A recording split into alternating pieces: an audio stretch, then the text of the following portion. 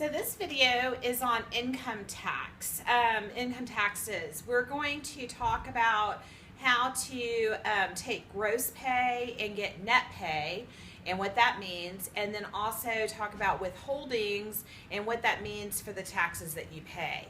And this is on income tax. This is wages, income, tips that a person earns. So this is really for grown-ups, but this is something that you're going to have to deal with maybe whenever you're a teenager and have a job.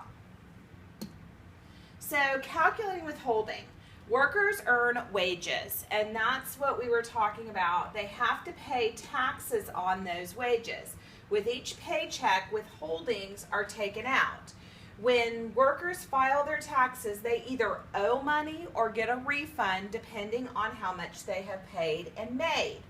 And something that you need to, some terminology that you need to keep in mind is gross pay. That is the amount that you bring home, you know, the total hours. Like if you work 40 hours for $8 an hour, your gross pay is $320 per week. So that's $320 is your gross pay. But the government, other entities take out deductions. And so say they take out $50. And so the amount that you bring home is your net pay. And so that would be $320, $270. So that's actually the amount of money you get to spend. So this deductions varies. It's usually a percent of certain things, and we're going to talk about that.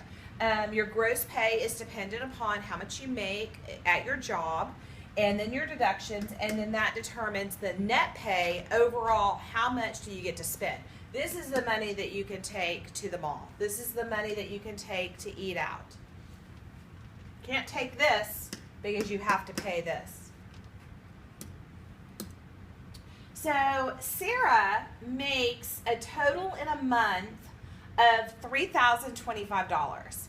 So that's about $36,000, $37,000 a year. So she makes this amount of money every month. Well, every month there's taxes that are taken out. There's what's called federal withholding. And this is what we think of as the IRS that takes out taxes. And that's 12.5%.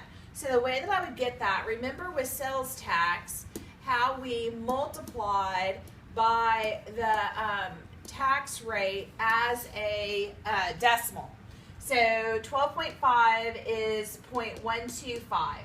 And this is a lot of math. This is a 4-digit times a 3-digit and then moving my decimal. So I went ahead and did the math earlier to find out that you could use a calculator, and that's what adults do.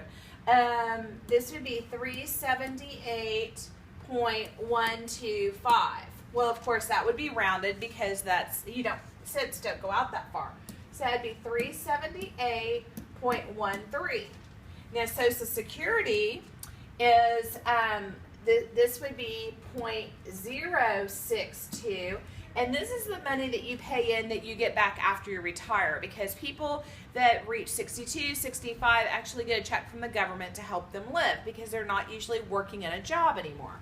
So Social Security would be take the gross 3025 times 0.062, and the total that you would get is 187.55. So that would go on this line, 187.55. And then Medicare, this is the money that you pay in, and this is for medical insurance after you're retired. And, this is the idea that the people have to take care of the elderly. And so this is the medical care that they receive. And you would take 3025. You have to pay into this every single month, even though you're not going to use it for a long time, 0.015. And then you'd multiply this out, and you'd get $45.375. Well, of course, we're going to round that to 45.38. Because with this 5, you're always going to round up on the nearest cent. So your total deductions, total means to add. You would add all 3 of these, and you would get Let me find where I did my total. 611.06.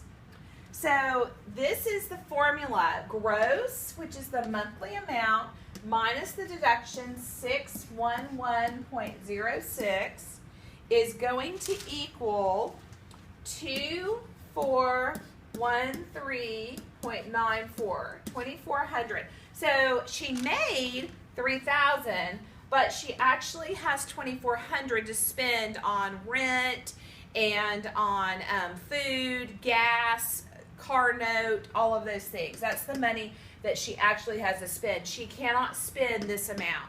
This is taken out in her check. Now,